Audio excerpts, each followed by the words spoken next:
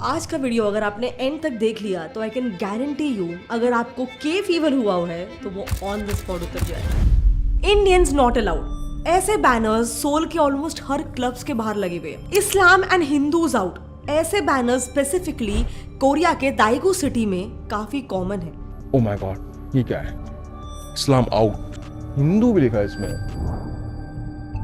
अब of course soul के कुछ क्लब्स या फिर बाकी सिटीज में ऐसे बैनर्स ना भी हो, फिर भी ये कोरिया की ग्राउंड रियलिटी है। अब मैं आपको एक सिचुएशन बताती हूँ। सोचो अगर आप कपड़े खरीदने जाते हो और दुकान में जाते ही जैसे ही आप कपड़े को छूते हो तभी ही वो दुकानदार तुरंत उठ के अपने कपड़ों को साफ करने लग जाता है, आपको कैसा लगेगा? कोरिया में इंडियंस के साथ ऐसा कई बार हो चुका है। Have you ever faced any form or type of racism or discrimination while living in Korea? When we go for shopping, when we take look at the dresses and all, then they be like, they come very fast, like they'll be sitting and relaxing. They just come dash out and they're like, dust it. Okay, I'm not buying. In fact Indians ही क्या, South Korea में 10 में से 7 foreigners का ये कहना है कि उनके साथ साउथ कोरिया में कभी ना कभी रेसिज्म जरूर हुआ है। एक्चुअली बात ऐसी है कि ब्रिटिशर्स के बाद अब साउथ कोरियंस इंडियंस को अनटचेबल और इंफीरियर मानने लग गए। सेम कॉलोनियल हिस्टोरिक बैकग्राउंड और हमसे भी छोटी इकोनॉमी होने के बाद भी जानते हो कोरियंस हमें क्यों हेट करते हैं? सिर्फ 2 ऐसे बहुत ही सुपरफिशियल रीजंस की वजह से जिसे सुनकर आपको लगेगा कि कोरियंस की सोच, इतने एजुकेटेड कंट्री की सोच इतनी छोटी कैसे हो सकती है। It's only for Koreans, huh? Only for Koreans. Why? Why that policy? Huh? Why that policy? Yeah, but you cannot discriminate like that, right? Only for Koreans, no Indians. ये मंजर कहीं और का नहीं बल्कि हमारे ही देश का है, जहां हम इंडियंस को ही रेस्टोरेंट्स में आना मना है। एक्चुअली आंध्र प्रदेश के अनंतपुर में किया मोटर्स के मैन्युफैक्चरिंग प्लांट के आसपास करीब 15 से 20 कोरियन रेस्टोरेंट्स खुले हुए। इन रेस्टोरेंट्स में जब द वायर ने स्टिंग ऑपरेशन किया तब ये रिवील हुआ कि इन कोरियन रेस्टोरेंट्स में इंडियंस के लिए डाइन इन तो छोड़ दो, वहाँ इंडियंस की एंट्री तक बैन है। इनफैक्ट इन कोरियंस में इंडियंस के प्रति हेट इस लेवल तक है कि वहाँ रेस्टोरेंट का स्टाफ भी उन लोगों ने इंडियन नहीं रखा है बल्कि नेपाली सिटीजन रखा है। कहाँ काम करते हैं? मैं इधर ही काम करता हूँ। आप इधर ही काम करते हैं? जी। अच्छा, तो आप तो इंडियन है? नहीं, नेपाल है। नेपाल से हैं? कैन यू बिलीव दैट ये सब हमारे जमीन पर हो रहा है? सो बस सोचो अगर हमारे ही जमीन पर ये हो सकता है तो साउथ कोरिया में किस लेवल तक का रेसिज्म होता होगा। सो हाल ही में राज, जो कि एक कोरिया बेस्ड इंडियन यूट्यूबर है, उसने अपने सटल क्रेजी कोरिया इस चैनल पे इंडियंस के खिलाफ हो रहे एक काफी इंपॉर्टेंट इशू को अपने व्लॉग से हाईलाइट किया। राज दरअसल पिछले 9 साल से कोरिया में रह रहा है, पर पिछले साल ही वो अपने न्यू दिल्ली से आए दोस्तों को कोरिया घुमा रहा था। तब उसके दोस्तों ने उसको कहा कि क्लबिंग के लिए चलते हैं, बट राज कभी कोरिया में क्लबिंग के लिए नहीं गया था। उसके लिए भी कोरियन क्लबिंग ये फर्स्ट एक्सपीरियंस होने वाला था, तो बीइंग अ ब्लॉगर राज उस एक्सपीरियंस को रिकॉर्ड करने लग गया। अब जैसे ही वो पहले क्लब में पहुंचता है, देखना उसके साथ क्या होता है। उनको गार्ड बस इसीलिए अंदर जाने से रोकता है क्योंकि वो इंडियन है। उनसे वो गार्ड कहता है कि ये क्लब में तो अलाउड नहीं है, आगे वाले क्लब में ट्राई कर लो। It's a rule. It's a racism. 무슨 말인지 아는데 경찰 부르셔도 되는데 입장은 안 돼요. पर उस क्लब में जाने पे तो उनका इससे भी बुरा इंसल्ट होता है। उस क्लब का गार्ड राज को ऐसे ऐसे करके उनको सीधे वहां से भगा देता है। तीसरे क्लब में तो उनको किसी से झगड़ा करने की भी जरूरत नहीं होती है, वहां तो सीधे बोर्ड में ही लिखा होता है Indians and Pakistanis are not allowed. अब इस पूरे इंसिडेंट में मुझे पर्सनली सबसे ज्यादा बुरा क्या लगा, रुको 2 मिनट में वो डिस्कस करेंगे, लेकिन उससे पहले मुझे बताओ आज इंडियंस का कोरियंस को लेकर क्या माइंडसेट है। इंडियंस टुडे जस्ट लव के पॉप, के ड्रामास, कोरियन रामेन। बेसिकली हमें जरा भी नॉलेज नहीं है कि साउथ कोरियंस का माइंडसेट हमारे बारे में क्या है। बिल्कुल वैसे ही जैसे इंडियंस को जीरो नॉलेज है इन्वेस्टमेंट के ऑप्शंस के बारे में। फॉर्चुनेटली अभी समय हल्का सा बदल रहा है और लोग इन्वेस्टमेंट और ट्रेडिंग के बारे में ज्यादा अवेयर हो रहे हैं, लेकिन अभी भी एक सवाल है जो काफी पूछा जाता है कि जो इन्वेस्टमेंट है वो भी स्पेशली शेयर मार्केट में कैसे किया जाता है। सो देखो, कुछ बेसिक रिक्वायरमेंट्स होती है जो अगर फुलफिल हो जाए तो बड़े आसानी से हम अपना इन्वेस्टमेंट कर सकते हैं, और इसमें और आसानी लाता है एक ऐसा ब्रोकर जो आपको एक डेडिकेटेड एडवाइजर भी देता है, जो आपके सारे स्टेजेस पर आपकी मदद करता है। यस, मैं बात कर रही हूँ मोतीलाल ओसवाल की, जो कि एक फुल सर्विस ब्रोकर है एंड यहाँ पे आपका इन्वेस्टमेंट अकाउंट, जिसे डीमैट अकाउंट कहते हैं, वो बड़े ही आसानी से खुल जाता है। मोतीलाल के पास 50 लाख प्लस कस्टमर्स का ट्रस्ट, अवार्ड विनिंग रिसर्च, एक बहुत ही advanced easy to use digital platform जहां आपको various tools, charts, indicators and alternate investment options भी मिल जाता है just at the click of a button. So go and start your trading journey with Motilal Oswal today. Link is in the description. Investment in securities market are subject to market risks. Read all the related documents carefully before investing. Now, coming back to the topic, मैं आपको बता रही थी कि कैसे जब 3 club से राज और उसके फ्रेंड्स को मना कर दिया गया, तो मुझे पर्सनली सबसे ज्यादा बुरा किस बात से लगा। देखो, ये सब जब चल रहा था ना, तब कई कोरियंस इसे देख रहे थे, पर उनमें से एक ने भी आगे आके इन इंडियंस की मदद करने की नहीं कोशिश की। अब जरा वो इंसिडेंट याद करना जिसमें वो साउथ कोरियन यूट्यूबर को कुछ मुंबई में छपरी लड़कों ने छेड़ा था, याद है, बहुत वायरल हो गया था। तब उस यूट्यूबर को बचाने कौन आया था? एक इंडियन लड़का ही तो आया था लास्ट में।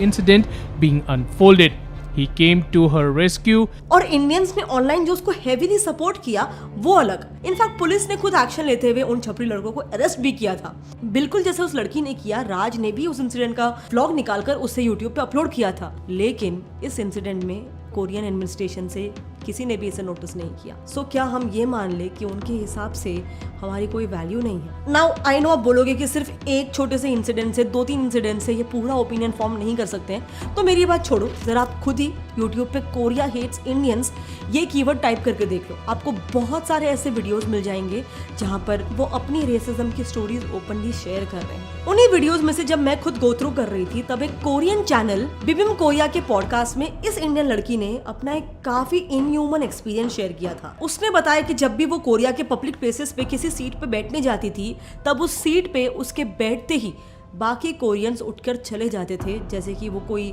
सो कॉल्ड अनटचेबल हो। Have you ever experienced racism in Korea? In case I get on subway, I sit somewhere. Person besides me will get up and go sit somewhere. And ये कोई इक्का दुक्का case नहीं है। उसका कहना था ये एक्सपीरियंस इतना कॉमन है कि अब तो उसको उसकी ऑलमोस्ट आदत ही हो चुकी है। And it has happened to me so many times that now I'm used to it. And what about Korean kids? इन्हीं इंटरव्यूज में से एक दूसरी लड़की ने बताया कि उसकी एक इंडियन फ्रेंड, जो कि एक स्कूल टीचर है कोरिया में, उसको एक बार कुछ कोरियन स्टूडेंट्स ने कहा था कि we hate Indians because they look like muddy, यानी वहाँ के बच्चों के हिसाब से हम इंडियंस कीचड़ जैसे दिखते हैं।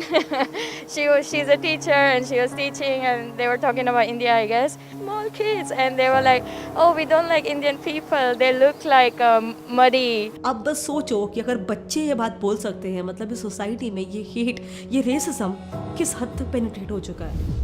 नाउ देखो, ये जो रेसिज्म पूरा स्टेम हो रहा है ना, इसके पीछे के रीजंस बहुत ही इंटरेस्टिंग है। बात ऐसी है कि साउथ कोरिया, जो दुनिया की 5th मोस्ट लिटरेट कंट्री है, उन्होंने अपने ब्यूटी स्टैंडर्ड्स का डेफिनेशन इतना रिजिड और स्टीरियोटिपिकल कर लिया है कि यूरोपियंस और इंडियंस से छोड़ दो, खुद कोरियंस तक इस ब्यूटी स्टैंडर्ड में फिट नहीं हो पाते हैं। C is the ideal bra cup size. Big firms prefer pretty eyes and government bosses like high noses. Korea में कोई भी जॉब मिलने के लिए ये बेसिक रिक्वायरमेंट्स है। एंड माइंड यू, ये रिक्वायरमेंट हर कोरियन को जॉब मिलने के लिए फुलफिल करना ही पड़ता है। और प्राइवेट ऑर्गेनाइजेशंस तो छोड़ ही दो, वहाँ खुद उनकी एम्प्लॉयमेंट मिनिस्ट्री ही ट्विटर पर जॉब सीकर्स को कह रही है कि अगर आपको जॉब चाहिए तो प्लास्टिक सर्जरी करवा लो पहले। अब इससे ज्यादा मैं क्या ही बोलूं, उनकी गवर्नमेंट खुद इसे ओपनली सपोर्ट कर रही है और इसीलिए इनका हेट सिर्फ इंडियंस तक ही सीमित नहीं है। रेसिज्म काफी हद तक वहां पर फॉरेनर्स के लिए इन जनरल होता है। एक एग्जांपल देती हूँ निकी किम का, जो कि एक एंग्लो कोरियन है और अपनी ग्रेजुएशन पूरी करके इंग्लैंड से कोरिया सेटल होने आई थी। अब क्योंकि यहाँ पे सेटल होना था उसको, इसके लिए उसने किम ने जॉब इंटरव्यू के लिए अप्लाई किया और कोरियन नॉर्म के मुताबिक अपने रेज्यूमे के साथ साथ उसने अपना एक नॉर्मल सा फोटोग्राफ भी शेयर कर दिया। अब देखना, जिस दिन किम कंपनी में इंटरव्यू के लिए पहुंचती है, वो उस इंटरव्यू की बात से शॉक हो जाती है, क्योंकि वहां पहुंचकर इंटरव्यू लेना तो दूर, किम को कंपनी ने अपफ्रंटली रिजेक्ट कर दिया। क्यों जानते हो? उसको रीजन दिया गया कि you don't look like this photo. Crazy है ना। इसके बाद भी किम को इतने रिजेक्शंस मिले कि वो इंग्लैंड लौट गई फाइनली। बट ये इंसिडेंस कोई पहला नहीं है या फिर कोई यूनिक इंसिडेंस नहीं है। कोरिया में ये काफी नॉर्मल है। इसे एक्चुअली ओइमो जसांग जुई कहते हैं, जिसका लिटरल मतलब होता है लुकिज्म, या फिर लुक्स आर सुप्रीम। बेसिकली जैसे इंडिया में आपको सिर्फ रेज्यूमे देना होता है, लेकिन कोरिया में रेज्यूमे के साथ कैंडिडेट के लुक्स काफी मैटर करते हैं। और ऐसा वहां एक या दो कंपनीज में नहीं, एक सर्वे जिसमें कोरिया के 900 बिजनेसेस को सर्वे किया गया था, इसमें by the way government offices भी इंक्लूडेड है। उन 900 में से 60% बिजनेसेस में एप्लीकेंट्स को फोटो सबमिट करना मैंडेटरी था, और आगे चल के फिर कैंडिडेट का सिलेक्शन भी एक्चुअल लुक्स पे ही डिपेंड करता था। इसीलिए कोरियंस में आप देखोगे कि वो अपने ब्यूटी स्टैंडर्ड्स को लेकर इवन वेस्टर्न फॉरेनर्स को भी डिस्क्रिमिनेट करते हैं, और सिर्फ लुक्स और कलर के लिए नहीं, वहाँ पे लैंग्वेज और रीजन स्पेसिफिक भी डिस्क्रिमिनेशन होता है। But you always feel different. It's not. You're always a foreigner. I don't know if you know what I mean, but you don't. 100% you don't fit in. अब ऐसा नहीं है कि उनकी सरकार ने ये डिस्क्रिमिनेशन रोकने के लिए कोई कोशिश नहीं की है पास्ट में, लेकिन प्रॉब्लम ये है कि जब भी वो ऐसा करने की कोशिश करते हैं तब उनकी सरकार ही खतरे में हो जाती है। एक्चुअली 2016 में भी एंटी डिस्क्रिमिनेशन बिल, ऐसा एक लॉ लाने की एक एमपी ने कोशिश की थी। इनफैक्ट ये बिल तो उस वक्त उनकी लेजिस्लेटिव कमिटी में पास भी हो चुका था, पर गवर्नमेंट को इसे खारिज करना ही पड़ा अंत में, क्योंकि कई बड़े बिजनेस ट्रेड ग्रुप्स और कोरिया एम्प्लॉयज फेडरेशन ने इस बिल का कड़ा विरोध किया, जिसके बाद सरकार को इस बिल को लास्ट में खारिज करना ही पड़ा। अब देखो कोई भी सरकार उनकी सुनेगी क्यों नहीं, आखिर पार्टी फंड तो इन्हीं कंपनी से ही आना है। एंड देखो इस पर सरकार की भी कंप्लीट गलती नहीं बोल सकते, क्योंकि ये लुकिज्म का जो कॉन्सेप्ट है वो कोरियन सोसाइटी में काफी डीपली पेनिट्रेट हो चुका है। उनका माइंडसेट ही ऐसा हो गया है कि आप इसी बात से सोच लो, वहां बच्चों को सोचो ग्रेजुएशन गिफ्ट में क्या मिलता होगा, प्लास्टिक सर्जरी। यस, और ये बात मैं हवे में नहीं बोल रही हूँ, उनकी गवर्नमेंट मेडिकल टूरिज्म की वेबसाइट प्राउडली ये बात कहती है। एंड इन जनरल भी आप देखोगे तो बहुत सारे ऐसे वीडियोस है जहाँ पे कोरियंस खुद एक्सेप्ट करते हैं कि उनके कंट्री में लुकिज्म काफी ज्यादा कॉमन है। Lookism. Koreans madly care about their appearance. This is why Koreans take plastic surgery a lot. और अब जहाँ लुक्स इतना ज्यादा डिमांड में हो तो बेचने वाले थोड़ी ना चुप बैठने वाले हैं, इसलिए आप देखोगे वहाँ मेट्रो स्टेशन पे, बस के ऊपर, बिल्डिंग के छत पे, हर जगह पे आपको सिर्फ और सिर्फ प्लास्टिक सर्जरी के ही एड्स देखने मिलेंगे भर भर के। ना अब तक तो हम इन जनरल हेट की और रेसिज्म की बात कर रहे थे, पर इंडियंस के लिए तो स्पेसिफिकली इनका हेट नेक्स्ट लेवल है। अब ऐसा क्यों, इसके पीछे दो रीजंस हैं। सो जैसे मैंने बताया, कोरियंस काफी पढ़े लिखे हैं, उनकी लिटरेसी रेट 19.8% है, पर क्या फायदा, उनकी यूथ का अनएम्प्लॉयमेंट रेट जानते हो कितना है? अ वॉपिंग 20%, जिसमें एक्चुअली इनकी खुद की माइंडसेट का ही बहुत बड़ा रोल है। मतलब आप ही देखो, क्या इंडिया में, क्या यूएस में, क्या यूरोप में पढ़े लिखे लोग छोटे मोटे जॉब्स नहीं करते हैं? लेकिन this is not the case in Korea. So currently Korean industrial and farming sectors में बहुत heavy shortage of workers face हो रहा है। मतलब आप सोचो, सिचुएशन वहाँ की इतनी बदतर है कि कोरियन सरकार को ब्लू कॉलर वर्कर्स को बाहर से इंपोर्ट करना पड़ रहा है, बस इसीलिए क्योंकि उनका यूथ पढ़े लिखे होने की वजह से ऐसे छोटे मोटे जॉब्स नहीं करना चाहता है। सो ये बैकग्राउंड हम समझ गए। अब देखो, अब तक आपको यही लगता होगा कि इंडियंस वहाँ पे पढ़ने लिखने और आईटी जॉब्स के लिए ही मोस्टली जाते हैं, पर ये सिर्फ one side of the story है। असल में बहुत सारे इंडियंस ऐसे भी हैं जो वहाँ पे कई छोटे मोटे जॉब्स करते हैं, जैसे कि हमारे इंडियंस कोरियन शिप्स पे सी फेरर्स भी होते हैं। इनफैक्ट अभी चल रहे इस लेबर शॉर्टेज के लिए कोरियन गवर्नमेंट ने खुद इंडिया से एक पैक्ट भी साइन करवाया है, ताकि उनके agriculture, manufacturing, construction, waste disposal, meat transportation, ऐसे बहुत सारे सेक्टर्स में वर्कर्स की शॉर्टेज ना हो।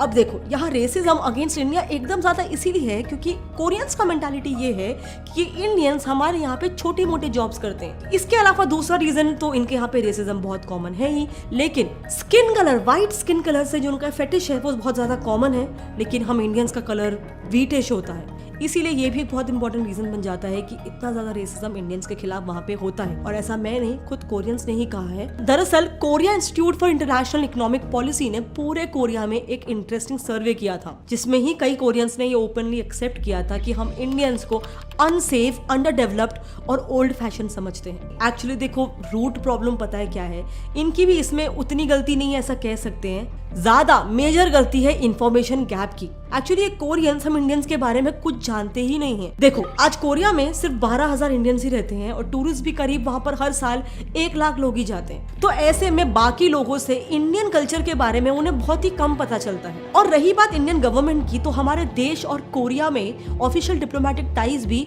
काफी कंपेरेटिवली लेट 1973 के आसपास ही हुए थे, यानी करीब आजादी के 30 साल बाद। इनफैक्ट इससे पहले तो उनके प्राइम मिनिस्टर हमारे देश को दुश्मन देश समझते थे। उन्हें लगता था कि हम एक कम्युनिस्ट आइडियोलॉजी को सपोर्ट करने वाले देश है, क्योंकि हम रशिया के एक एलाय थे और साउथ कोरिया यूएस का एलाय था, जो कि एक कैपिटलिस्ट कंट्री था। सो मैं आपको बस दोनों साइड का पर्सपेक्टिव बताने की कोशिश कर रही हूँ। एंड ये वीडियो बनाने का मेरा बिल्कुल भी ये कहने का मतलब नहीं है कि कोरियंस को अभी से हमको हेट करना शुरू कर देना चाहिए और उनके के कल्चर को, के पॉप को, के ड्रामा को बॉयकॉट कर देना चाहिए।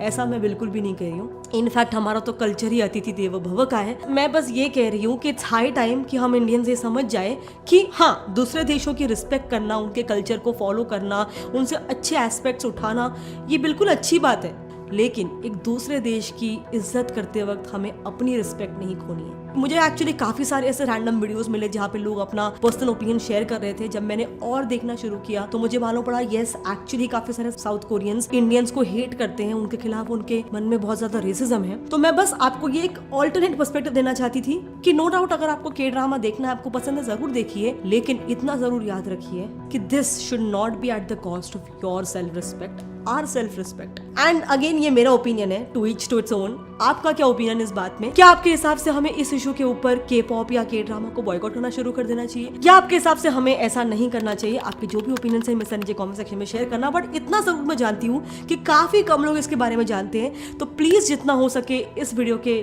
थ्रू हमें अवेयरनेस रेज करना है।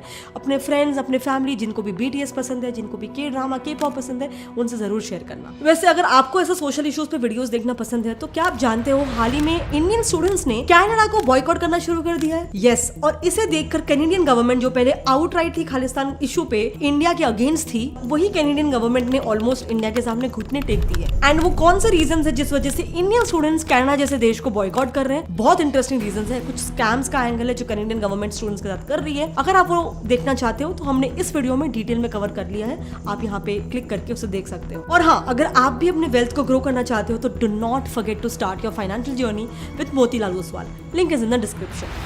जय हिंद।